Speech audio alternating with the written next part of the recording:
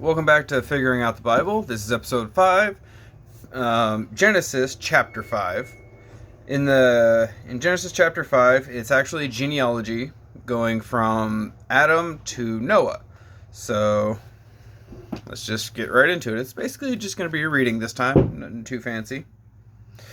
Chapter 5.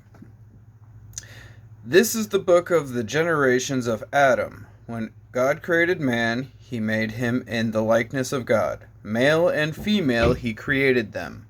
And he blessed them and named them man when they were created. When Adam had lived 130 years, he fathered a son in his own likeness, after his image, and named him Seth. So technically this would be Adam's third son. The days of Adam after he fathered Seth were 800 years, and he had other sons and daughters. Thus all the days that Adam lived were 930 years, and he died. When Seth had lived 105 years, he fathered Enosh. Seth lived after he fathered Enosh 807 years, and had other sons and daughters. Thus all the days of Seth were 912 years, and he died. When Enosh had lived 90 years, he fathered Kenan. Enosh lived after he fathered Kenan 815 years, and had other sons and daughters. Thus all the days of Enosh were 905 years, and he died. When Kenan had lived 70 years, he fathered Mahalalel. Kenan lived after he fathered Mahalalel 840 years, and had other sons and daughters. Thus all the days of Kenan were 910 years, and he died. It used to be a joke in my family, going through the Old Testament, you read these genealogies, so-and-so lived this long, and then he died. So-and-so lived this long, and then he died. This guy did this stuff, and then he died. It used to be a running joke in my family. Where are we looking? There we go. When Mahalalel had lived 65 years, he fathered Jared. Mahalalel lived after he fathered Jared 830 years, and had other sons and daughters. Thus all the days of Mahalalel were 895 years, and he died. When Jared had lived 162 years, he fathered Enoch. Jared lived after he fathered Enoch 800 years, and had other sons and daughters. Thus all the days of Jared were 962 years, and he died. Can you imagine living almost 1,000 years? Whew! I thought the 120 years we get was enough. When Enoch had lived 65 years, he fathered Methuselah. Enoch walked with God after he fathered Methuselah 300 years, and had other sons and daughters. Thus all the days of Enoch were 365 years. Enoch walked with God, and he was not, for God took him. Now, if I remember correctly, there's only 2 people, maybe 3, in the entire Bible who don't actually die.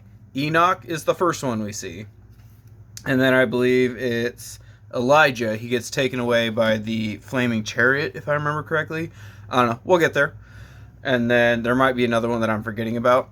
But that's a very big deal that there's only a couple of people who don't actually die. Like even Jesus himself, God himself, came down to earth and then died.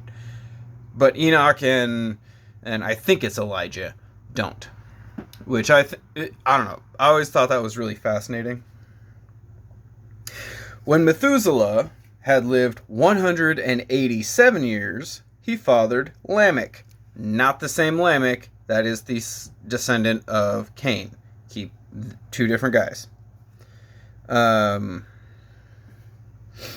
He fathered Lamech. Methuselah lived after he fathered Lamech 782 years, and had other sons and daughters. Thus all the days of Methuselah were 969 years, and he died.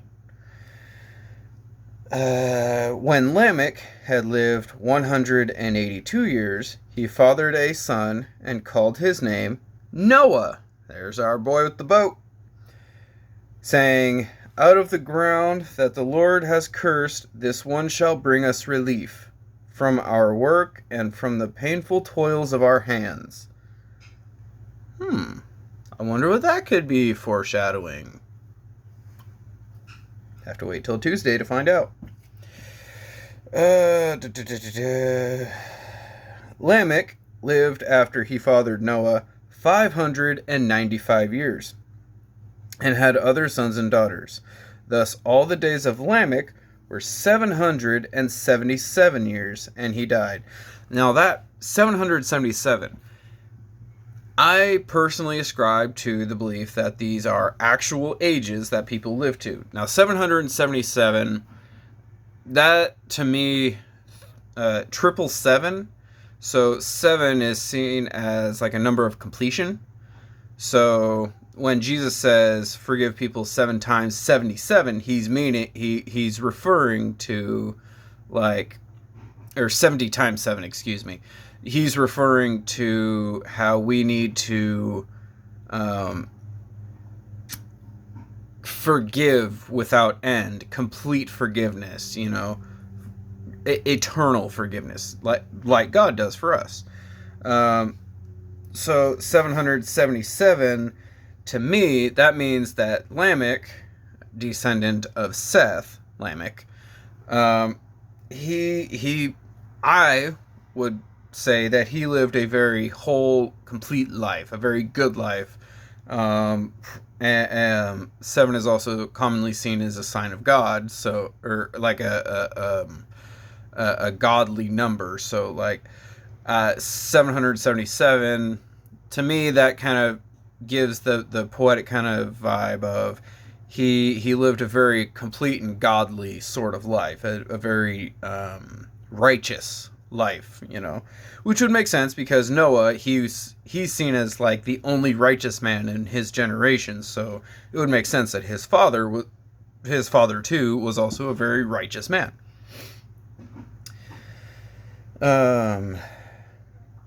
After Noah was 500 years old, Noah fathered Shem, Ham, and Japheth, his 3 sons, who he takes with him, along with the wives, Noah's wife and his sons' wives, in the flood, which is going to take place.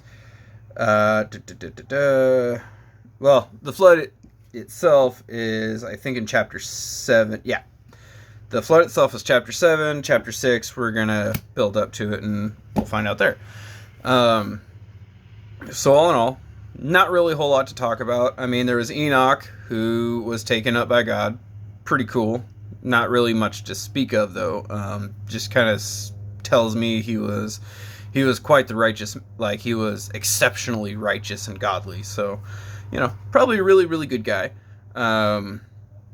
It was interesting to note that there are 2 Lamechs, one descendant of Cain and one descendant of Seth, which I always thought was kind of interesting. Just multiple people with the same name doing very different things,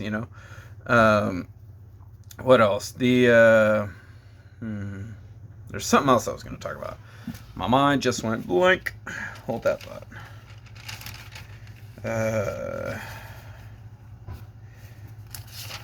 It was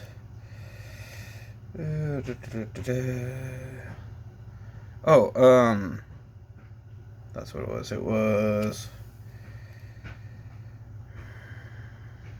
Shem, Ham, Japheth. The sons. There was 8 people on the ark. Noah, his 3 sons, and the 4 wives of each man respectively.